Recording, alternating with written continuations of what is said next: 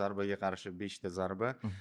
Bitta ham aniq zarba yo'q Avstriyada. Ispaniya 2.8 XG, xullas to'liq dominantlik va bitta narsa qo'shimcha qilib ketmoqchiman. Bu hali Ispaniyani piki emas. Avstriyaga qarshi pikini ko'rsatmadi ham. Va bu jamoaning potensiali juda ham katta.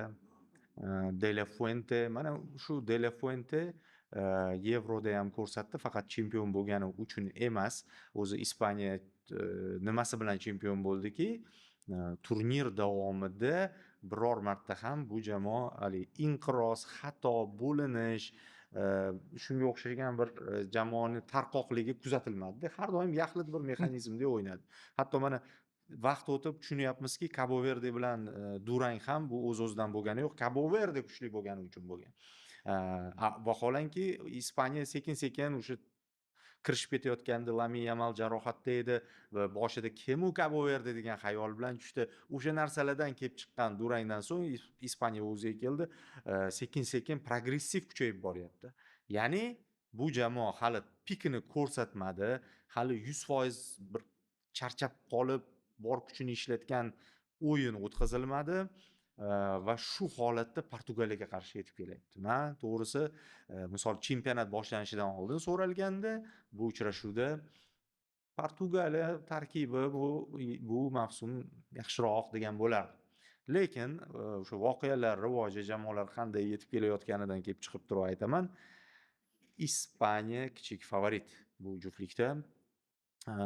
Va hali Neymarlar rol o'ynamasligi mumkin. Chunki mexanizm Ispaniya shakllangan futbol kombinatsion, mobil, maydon markazida faqat shu Ispaniya qarshilik ko'rsatishi mumkin deb Portugaliya markaziga.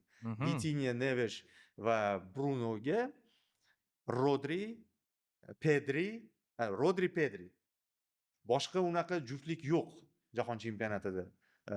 Portugaliyaning markaziy uchligini to'xtatib qola oladigan yoki o'shalar darajasida o'ynab bera oladigan.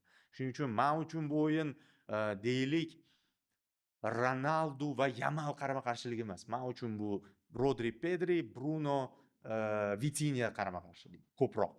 Ya'ni markaz, tayanch zonalarning balans, ikkita jamoa qaysi biri ko'proq balanslashgan. Yamal epizodni hal qilib ketishi mumkin, qaysidir. Chunki Avstriyaga qarshi o'yinni ham to'liq ko'rgan bo'lsanglar, jamoa alohida o'ynayapti, Yamal alohida o'ynayapti va unga talab qo'yilmayapti. Xohlaganingni qil deyilgan. Hech kim indamayapti. Xolasa fint o'sha oyoqlar orasidan o'tkazib, bitta futbolchini 2 marta aldadi oyoqlar orasidan. Yana bir nechta fintlar, faqat Trivelasi o'xshamadi, qolgan ishlarni qildi. Zo'r o'ynadi va unga talab qo'yilmayapti hech qanaqa. Sen Yamal bo'lgin bo'ldi deyilyapti. Portugaliya terma jamoasida misol uchun Ronaldoga fokus qaratilgan, unga bosim bor, qanaqadir o'sha o'zgartiriladimi, zaxirada qoldi, asosiy tarkibda unga bosim ko'proq. Ya'ni erkinlik ma'nosida ham ikkita jamoani gol uradigan forward emas u Yamal, asosiy yulduzlari, hujumdagi yulduzlari solishtiriladigan bo'lsa, Yamal komfortroq zonada. Qolaversa, endi buni aytib o'tish kerak. Endi buni tan olish kerak. Bu jahon chempionatida eng yaxshi hujumchilardan biri Oyarzabal bo'ldi. Foydali ish koeffitsiyentini hisoblaydigan, mayli gollari o'z yo'liga, gol ham uryapti. Gol bilan oxirgi o'yinlardagi gol bilan o'yinlar statistikasi teng ketyapti. 14 ta o'yin. 14 ga 14 mi? Teng ketyapti. Ya'ni bu ham xuddi o'sha ko'pincha sanaymiz-ku, Mbappe bilan Holland shunaqa ketadi-yu, gol bilan o'yin balansi bir xil bo'ladi.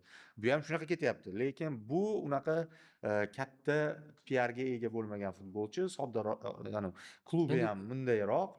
Ammo o'sha De La Fuentening sxemasiga ideal bir hujumchi. Endi o'zi u markaziy hujumchi emas, shuni aytish kerak. U doim o'sha hujum ortidan chiqib keladi. Endi bu Ispaniyada markaziy hujumchi rolini o'ynayapti. Eskidan o'ynab kelgan, anaqada ham o'ynagan, Enriqueda ham o'ynagan. Esingizda bo'lsa, Enriqueda 20 da, 21-yil bo'lib o'tgan.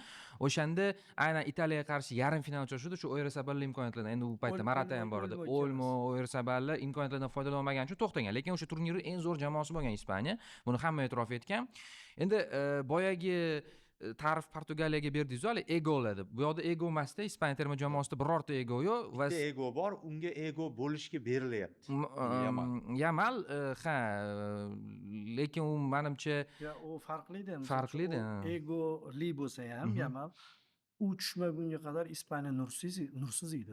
Hech narsa qila olmayotgandi Cabo Verde bilan. Shu tushgandan keyin o'sha qisqa vaqt ichida Cabo Verde darvoza soldi, jiddiy vaziyatlar bo'ldi. Keyingi o'yinda tushdi, jamoa yutib oldi. Biz Saudiya Arabistonida Yamal tufayli yutib olishdi-da. Ya'ni uni mana shu jihati foyda beradi. Hozir Ronaldoniki muhokamali edi.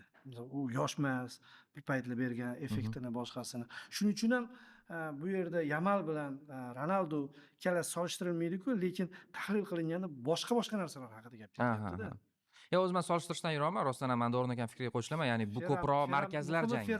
Bu ko'proq markazlar jangi, chunki rostdan katta futbolchilar, Pedri, Rodri bu tomonda, Vitinha, Fernandes, bu ko'proq markaz jangiga aylanadi va Yamal va Ronaldo rostdan ham funksiya, qurol, ya'ni qo'shimcha qurol sifatida o'rtaga chiqish kerak bo'ladi. Ana o'sha kuni qaysi biri ko'proq foyda keladi? Farruh aka, siz hali ehtimolni ko'ryapsizmi? Ya'ni asosiy tarkibda Cristiano bo'lmasligi mumkin deb mana Xayrul aka ozgina o'zlarini emas, ekspertlarning fikrini aytayaptilar-ku. Birinchi bo'limda.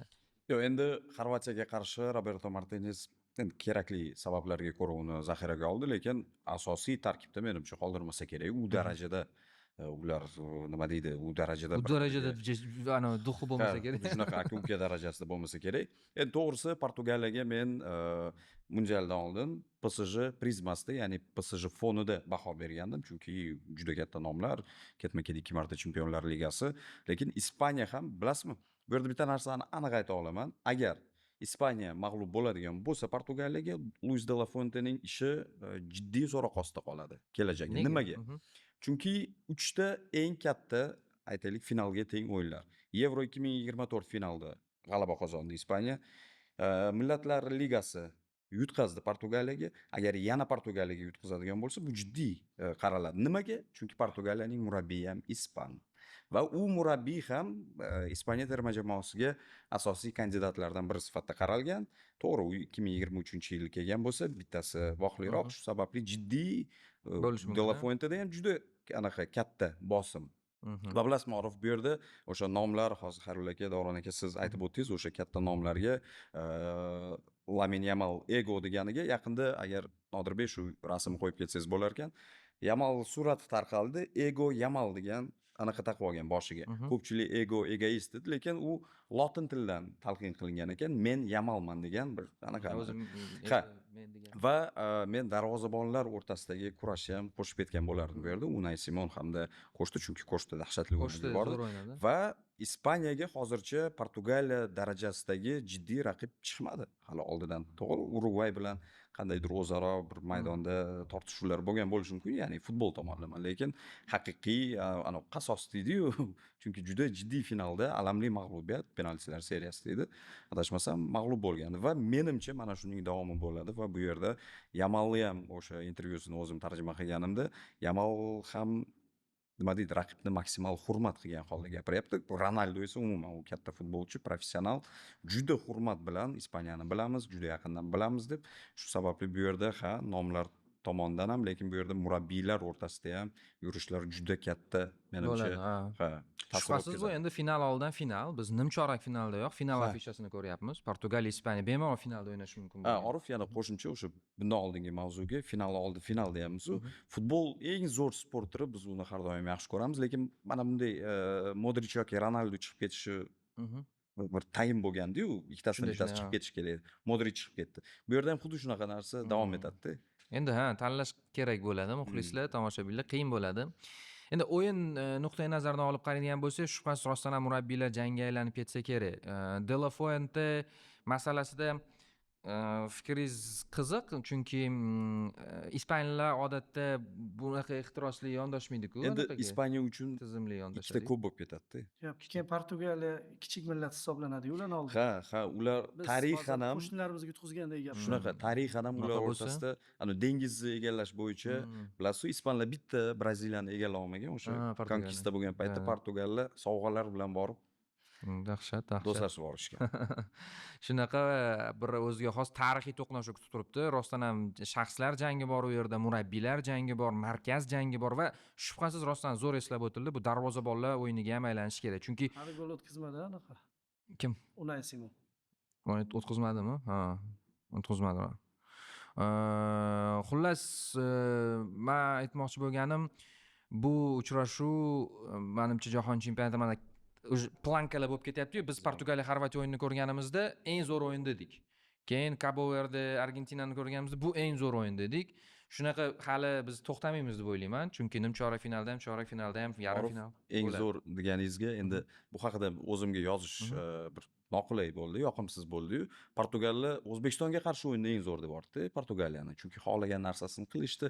Biz odatda ko'rdikki, o'tgan o'yinlarda Portugaliya u ishlarni qilgani yo'q. Ya'ni o'sha o'zi istagan kreativ paslar yoki boshqalar, ya'ni portugaliyalik muxlislar tomonidan o'sha eng yaxshi o'yin O'zbekistonga qarshi. Endi shunaqa yirik hisobda g'alaba qozongan hisobiga yaxshi xotira qolganda endi ularda. Bizda yomon xotira qolgani singari. Davom etamiz. Bu uchrashuvni albatta kuzating. Hozir esa o'yinlar ko'p, shuning uchun mavzuni o'zgartiraman va Cabo Verde Argentina uchrashuviga o'taylik. Cabo Verde Argentina o'yini mana endi biz podkastni yozayotgan kunimiz tongda bo'lib o'tdi, saharda va endi men bilmadim bu uchrashuvdan oldin masalan ming chuqur hurmatni Ispaniyaga qarshi ochko olganini, guruhda mag'lub bo'lmaganini inobatga olib ham baribir Argentina mutlaq ustun bo'ladi deb o'yladim. Lekin men noto'g'ri baho bergan bo'lib chiqdim. Cabo Verde nafaqat bu o'yinda o'sha ekstra bo'limlarga o'tdi, balki buni ongli ravishda qildi. Men o'ylamayman u yerda qanaqadir tasodiflar rol o'ynab qoldi deb. Xayrli aka, bu bir kunni hikoyasimidi yoki rostdan Cabo Verde jamoa sifatida shunaqa o'yin munosibmidi? Ya'ni mana shu ko'rganlarimiz tasodifmi demoqchiman. Uy jihozlash sizdan, to'ldirish esa Media Parkdan. Ofsaydga tushib qolmang. Original texnikalarni 0 so'mga xarid qiling. Pulini keyingi oydan to'lang. Media Park. Ba'zi lahzalar so'zsiz ham tushunarli. Ularni ko'zlar aytadi, yuraklar his qiladi. Qo'lda muzdek Fuavis, ko'ngilda faxr. Chunki bugun O'zbekiston nomi dunyo maydonida yangramoqda. Fuavis, faxr ta'mi. Asosiy vaqtda 3 ta top terma jamoadan yutqazmaslik bu tasodif bo'lmaydi. Urugvay, Ispaniya, Argentina asosiy vaqtda yuta olmadi. Yuta olmadi. Bu aniq endi. Bu yerda bittasida bo'lib qolish. Men Ispaniyani to'g'risi nisbatan tasodif deb o'yladim. Oldin ham qaysidir podkastda gapirdim. Ya'ni Vazini darvozabon boshida zo'r seyflar qilmagan, boshida Ferran ura olmagan, 2-3 vaziyatda, keyin yana kimdir tepdi, tepaga juda qulay vaziyatlar edi. Masalan, aniq tepsa dunyoni istalgan darvozabon ham o'tkazadi. Masalan, kecha bilib olishdi-ku, bitta nuqtani poylashdi. Chap oyog'i jarohat olgan ekan o'yindan oldin. Shuni bilishar ekan. Hammasi chap tomondan gol bo'ldi. Messi ham o'sha tomonga tepdi, aniq Leandro Lisandro ham shu tomonga tepdi. Bosh bilan ham yo'llangan zarba o'sha tomonga bo'ldi. Darvozabon ozgina jarohat olsa, o'sha oyog'ini yaxshi bosa olmasa. Jarima zarbasini ham shu yoqqa tepdi Messi ushlab. Ataylab shu yoqqa tepib qoldi, u sakrab turib oldi. Demoqchiman, Cabo Verde ozgina omadli ham jamoa bo'lib chiqdi, lekin tarkibi o'zi aslini olganda faqatgina Cabo Verdeda o'sgan futbolchilar emas-ku u yerda. Ko'p o'zi 26 dan 23 tasi boshqa mamlakatlarda o'sgan ekan. Bular Ispaniya, Niderlandiya, Rotterdam, aslan Rotterdamlik yigitlar ekan. Gollandiya terma jamoasiga olinmagan yigitlar ko'p. Curaçaoga yarmi ketgan bo'lsa, yarmi bu yoqqa ketgan bo'lishi mumkin. Ya'ni biz bilan solishtirilyapti. Ko'pincha Cabo Verde O'zbekiston terma jamoasini tanqid qilmoqchi bo'lganlar uchun yaxshi bir faktor bo'lib qoldi-da. Men ijtimoiy tarmoqlarda shunaqa debyutantku. Asli to'g'ri kelmaydi. To'g'ri, guruhi to'g'ri keladi. Xuddi O'zbekiston kabi bitta Lotin Amerikasi jamoasi bilan Nimasi to'g'ri kelmaydi? Yevropa jamoasi bilan tarkib kecha Zvoli Gollandiya